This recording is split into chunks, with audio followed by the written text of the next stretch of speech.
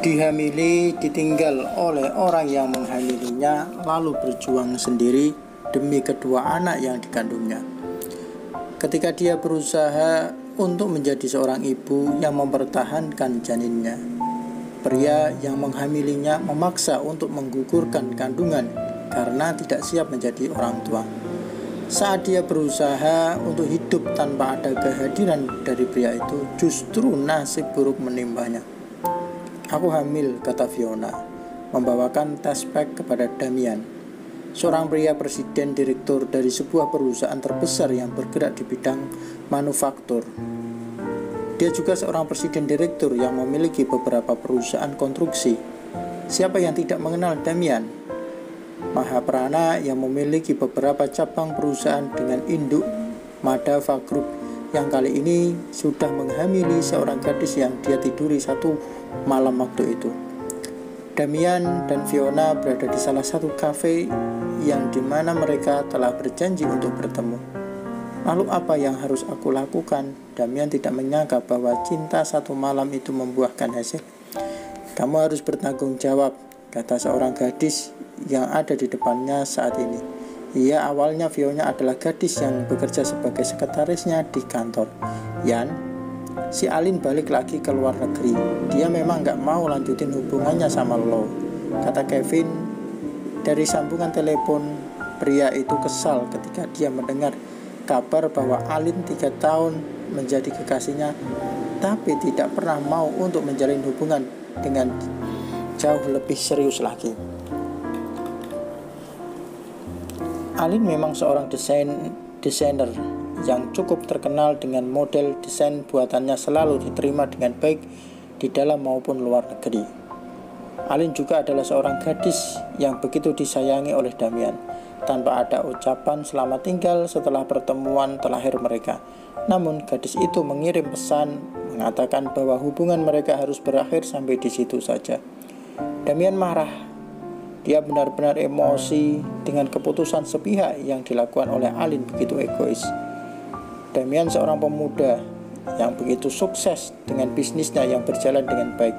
Bahkan dia harus menjalani semua kesibukannya itu hingga Alin mengatakan jika dirinya terlalu sibuk dengan pekerjaan dan melupakan perempuan itu.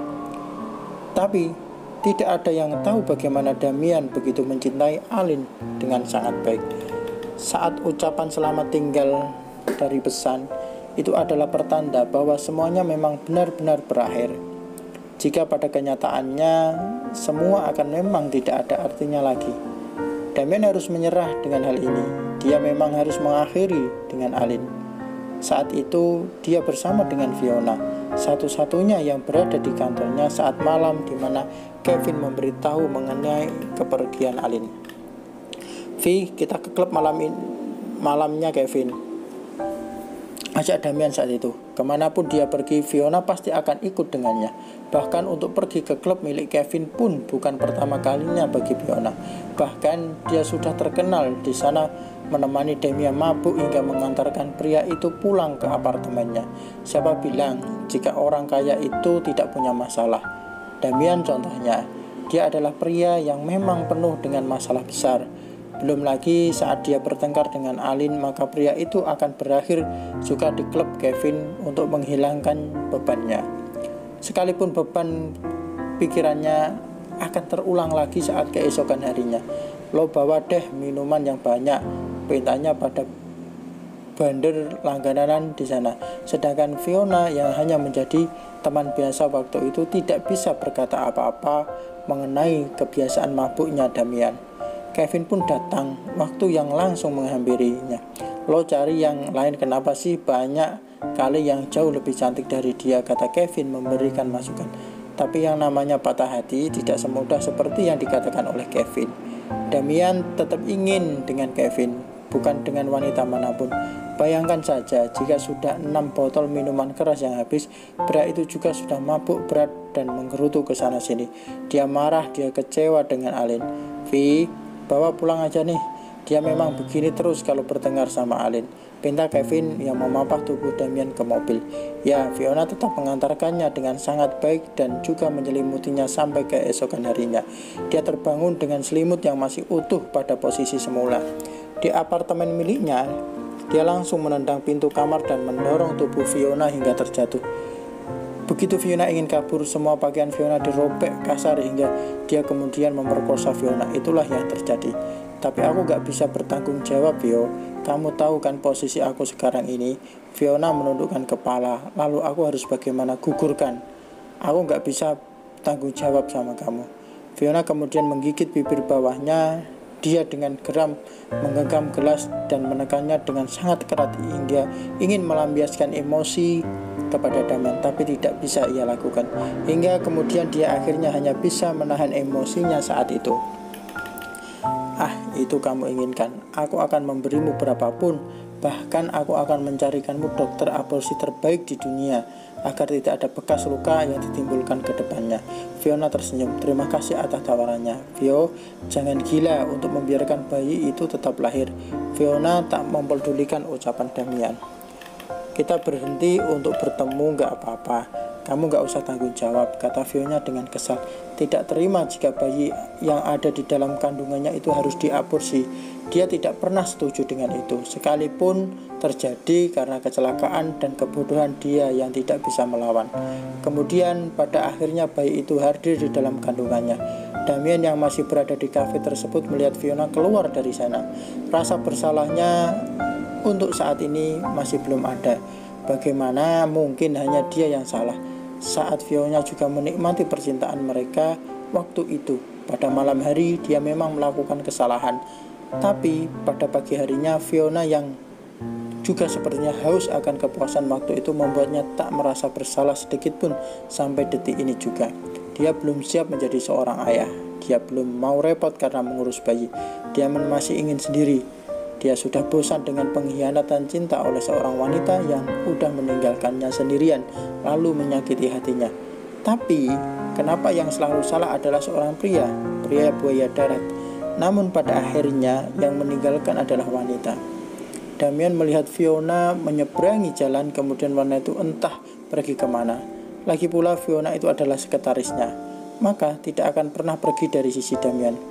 Kemana lagi Fiona mencari pekerjaan ketika dia menganggur semua tentang kehidupan Fiona. Vio, ada jadwal hari ini. Damian keluar dari ruangannya kemudian menuju meja sekretarisnya. Ada dua sekretaris di kantor utama. Yang jauh lebih pengalaman adalah Fiona tentunya. Sesuai bertanya Damian, Hana sekretaris kedua Damian membacakan rincian jadwal hari itu. Hari ini tidak ada jadwal pertemuan, Pak. Hanya saja ada daftar kencan Anda yang perlu diingatkan, bahkan masuk dalam list jadwal kerja Bapak. Hana memberitahu pria itu dengan sangat tenang. Dilihatnya Fiona mengabaikan semenjak beberapa hari pengakuan Fiona yang mengatakan bahwa dia hamil anak Damian. Kamu bisa ikut saya, Fiona? Nampak perempuan itu terlihat menyibukkan diri. Fiona menoleh sejenak. Kamu bisa temani Bapak, Hana. Aku hari ini ada kerjaan yang banyak banget, kata Fiona kepada Hana tanpa peduli dengan ucapan Damian barusan. Apa Fiona marah dengan isi pesan Damian semalam mengenai dia yang ingin meminta menggugurkan kandungan itu? Damian merasa bahwa Fiona juga pasti tidak siap menjadi seorang ibu di tengah karirnya yang sangat bagus itu. Damian juga tidak siap menjadi seorang ayah untuk kali ini, mengikuti kencan buta dengan berbagai macam perempuan di luar sana. Barangkali untuk bersenang-senang juga tanpa adanya keseriusan. Saya maunya kamu, Fiona saling tatap sejenak dengan Hana. Beberapa saat kemudian Fiona menjang, lalu dia tersenyum dan menganggukkan kepala setuju dengan ucapan Damian tersebut. Fiona mengambil tasnya lalu mengikuti kemana bosnya itu pergi. Kita mau kemana? Damian hanya memimpin jalan dan ingin mengajak Fiona ke acara kencan buta tersebut. Bagaimanapun juga dia butuh kesenangan pastinya. Apa kamu sudah putuskan kamu gugurkan dia? Fiona merasakan hatinya sangat perih. Dia memang tidak pernah mau menjadi seorang ibu untuk saat ini. tapi kebaikan Damian yang waktu itu pasti sudah membuatnya terlena. Damian yang begitu baik kepadanya, lalu Damian juga yang sudah membuatnya mengandung semua ini. Andai saja orang tuanya tahu, pasti Fiona akan dibenci, bahkan diusir dari rumah oleh orang tuanya. Untuk kali ini dia tinggal di rumah yang dia beli dari hasil kerjanya selama ini. Rumah yang tidak terlalu besar itu, tapi itu adalah hasil kerjanya. Maka dia menghargai dengan sangat baik dan merawat rumah itu dengan istimewa. Apa acaranya sangat lama? Tidak, mungkin hanya beberapa jam saja. Kamu juga bisa cari pasangan nanti di sana. Semurahan itu Damian menganggapnya sampai mengatakan bahwa Fiona bisa mencari pasangan di sana. Saya hanya mau mencari teman tidur, enggak berniat mencari pacar apalagi istri. Iya pak. Damian menoleh ke arah Fiona. Kamu sudah temukan dokternya untuk aborsi? Fiona benar-benar tidak siap jika harus menjadi orang tua. Ini adalah kesalahan Damian juga tidak mau bertanggung jawab. Karena tidak mau pun punya anak dalam waktu dekat ini. Aku usahakan, aku masih mencari waktu yang tepat sebelum dia besar. Fiona, aku gak mau kalau kamu justru nanti biarin dia tumbuh. Bukan cuman kamu Damian, aku juga ngerasain itu. Setelah Fiona sangat pelan. Di dalam perjalanan mereka terus berbincang-bincang mengenai janin yang ada di dalam perut Fiona. Damian yang bahkan mengatakan ingin mencari teman tidur.